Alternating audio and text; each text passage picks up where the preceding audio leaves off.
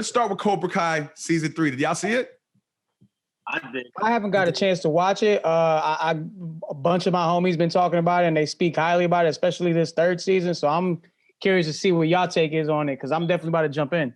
I'm addicted to it. I never thought that I'll be addicted to freaking Danielson. I was never a fan, but I'm a fan. You weren't a fan of the Karate Kid movies in the 80s? I was, but well, let's be clear. Not all of them were good, bro. Like 1 and 2 were probably the best 2, and then after that, good, but because I'm a geek, I like 3 also. But yeah, it was 1 and 2 that was the. Damn, no love for Hilary Swank. That's crazy, bro. The first one was straight trash. You don't even speak about that was super trash. Super trash. Well, look, Joey hasn't seen it. Quasi, have you seen Cobra Kai season 3? I saw season 3. I'm old school. I'm so into Cobra Kai. I saw the first 2 seasons when it was on YouTube, and then they moved it over. I saw when it was on YouTube Premium, and then yeah. And everybody thought it was new, and I'm like, you're 2 years late, bro. But so I'm gonna throw in the one little objective thing. I like season 3, but I didn't love it as much as 2. But we could talk more on that later. I thought. Hold on, let me say something real quick. Whoever's watching this video right now, spoilers, okay? Spoilers. Now, Lou, I'm gonna let you talk. Let me just say something. Quasi, you're wilding. Yo, Cobra Kai season 3 was amazing. The finale was amazing. The fact that Ralph Macchio, Daniel LaRusso, and Johnny Lawrence are standing together after all the rivalries that they had the past couple of seasons is amazing. I'm not mad at that dynamic at all. Crease, let me finish. Crease, he took over the whole Cobra Kai, and is back in his original position of running Cobra Kai, and it feels so nostalgic, and with a little bit of modern, because the kids are doing a great job. I'm invested into the kids' story as well. What were you gonna say, Lou? What I was gonna say is that there's so much more action, especially with this is a kids over 18 comic book. You know what I'm saying? The fighting scenes are amazing. The fighting scenes, everything, like you're not gonna get that on a regular Channel 7 show. You know what I'm saying? Or a Nickelodeon thing. Like, this is something definitely. I love it. I even love it that Homeboy got some buns on it. You know what I'm saying? Like, it's even dope. Oh my God. All right, well, look, like I said, because I want Quasi's opinion, because his face looks like he just disagrees with us. But like a little thing like, yo, why they smash me down like that? No, it's all good, man. But I like I said, I didn't like 3 as much as I like 2, but I know where you guys are coming from, because you like the nostalgia of it. LaRusso back with Johnny, and they got to team up at the end to go against Crease. I thought that was cool. Not just that, they brought familiar characters from the original movies in this season. Like, they brought Allie, Elizabeth Shue. You know they brought Allie, but they brought Chosen. I was with that. Yeah, they brought back a lot of guys, a lot of people. And you would think that Allie was gonna hook up. And not. Bro, you never. That's the one thing I like about this. You never know where they're gonna take it. They haven't taken it there yet. Mm-hmm. They brought back Chosen, who was the villain in Karate Kid 2 in Okinawa. Chosen. Which I liked. And the girlfriend from 2 as well. And the girlfriend from 2. What was her name? His girl. Kumiko. I always say her name incorrect. Kumiko. Oh God, I forget. That's what it came. Whatever her name was. Kumiko. There you go. And they brought back the little girl who's now an adult that he saved. That he saved in the typhoon in Karate Kid 2, and she actually helped his business in season 3. Joey, I'm sorry, we messed it up for Joey. You're good, but like I've already heard most of a bunch of homies spoil it. My girl watches it, so I'm already kind of caught up, just having seen it with my own eyes. I just love the fact that Johnny's getting the shine in the whole series, and now that him and Danny are getting they're teaming up to do their thing. So I mean, just the stuff I've already heard from people is just like, it makes me want to go back and go watch it. So I'm definitely going to catch up.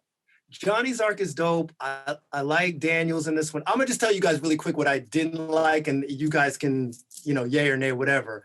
I like those arcs. I like the storyline. And I really like Kreese's backstory that they added to this. His Vietnam backstory is in there also with flashbacks, and that's cool. I'll tell you what throws me out sometimes, and it's kind of been going on. You gotta go with the story. The choreography, you guys like it. I think it's a little, it's okay. Sometimes the kids look like they're really pulling stuff off, and sometimes it just looks way too comic booky for me. And it's just because some of the actors really aren't martial artists like that, so I get that. But it gets a little like, like it takes me out when Dan, like for instance, Daniel's daughter has to fight what's her face, and they both look like they can't fight. Come on, son.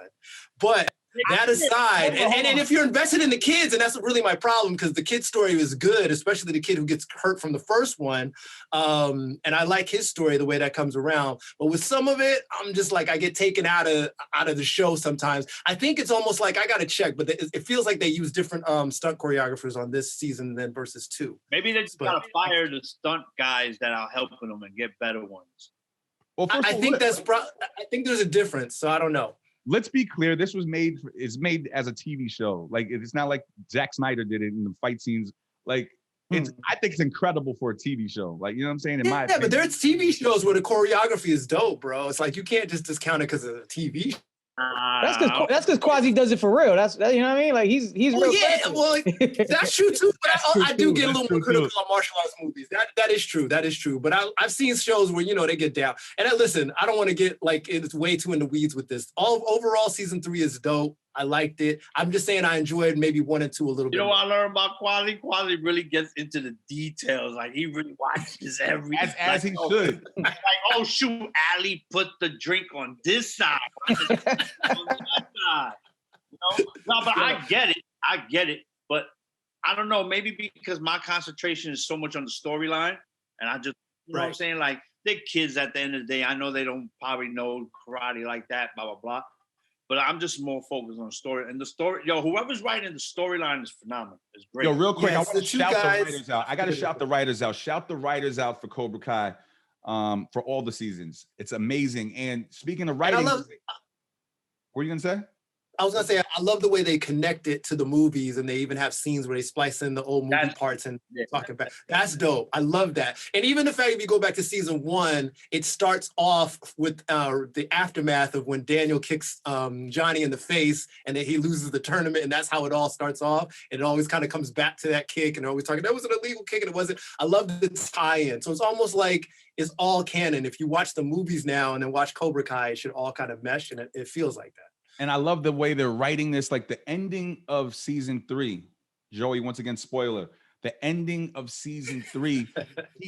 So Kreese, if you remember, Terry Silver from Karate Kid 3 said in Karate Kid 3 that he owes him because he saved his ass in the war. So that's what that whole thing at the end is, when he saved his ass in the war. He said, I owe you. And then that phone call at the end, he said, it's been a long time. They're going to bring Terry Silver back. I think they are. And you get to see exactly what happened when they were in the war, which is cool. That's why I said I love the Kreese backstory. The Vietnam stuff was dope. I think that was a great idea, doing the flashbacks, because it fleshes out the character, like humanizes him. It makes him seem less, he's not just a dick for no reason. You see why, when you see the Vietnam story, why he is the way he is. Well, let's be clear, he is a dick, but I love he's still a dick, but there's a reason for it. It's not just like he's just, I'm an asshole to be an asshole, Yeah. I love the way, I just love the whole entire Cobra Kai series, man. I love all the actresses. I love the girl Mary, who's playing Daniel's teenage daughter. I just love the whole cast, man. I love her, but I hate the way she fights. She can't fight. Jesus Christ. Guys, real quick. Quasi, just so you know, because people will get shit on this, Quasi is an actual martial artist. You're an actual martial artist. So he looks at fighting scenes differently than me and you. He's like, that's not possible. I can't. Come on, some of it. I can't wait. And here's the thing: Ralph Macchio's not a fighter either, so I give him that. He's not gonna look as crisp and clean as some like stunt guys that they put in. Leg. That I did see. Was that? Ralph couldn't even pick up his left leg. Oh, dude, Ralph is hurting on the fight scenes, bro. You know that. but I buy it because he never was, even from the original Karate Kid. I'm good with that. I'm just saying the daughter kind of looks like, come on, man, your grandma can smack the daughter around. The daughter's not winning no fights in her life. You know that. You know that. Once again, Quasi is a martial artist. He did it differently than us. I thought it was awesome. So look, let's move forward. Yo, him being so critical on Cobra Kai, I'm curious to see how he's gonna be critical critical about Shang-Chi when that comes out. Oh my God, dude. Yeah, we can talk about that. We'll talk about that in another episode. Lou, were you Yo, about Sus, real quick. I just want to say one thing. I have a feeling that the person he called is the dude with the ponytail. We just said that. We said that. Terry Silver. It is Terry Silver because in Karate Kid 3, he said, "I owe you from saving my ass in the war." That is Terry Silver. They're gonna bring him for season 4. More than likely, it's got to be, and that's gonna be a great follow up for, and that'll be a tie into the third movie. Amazing.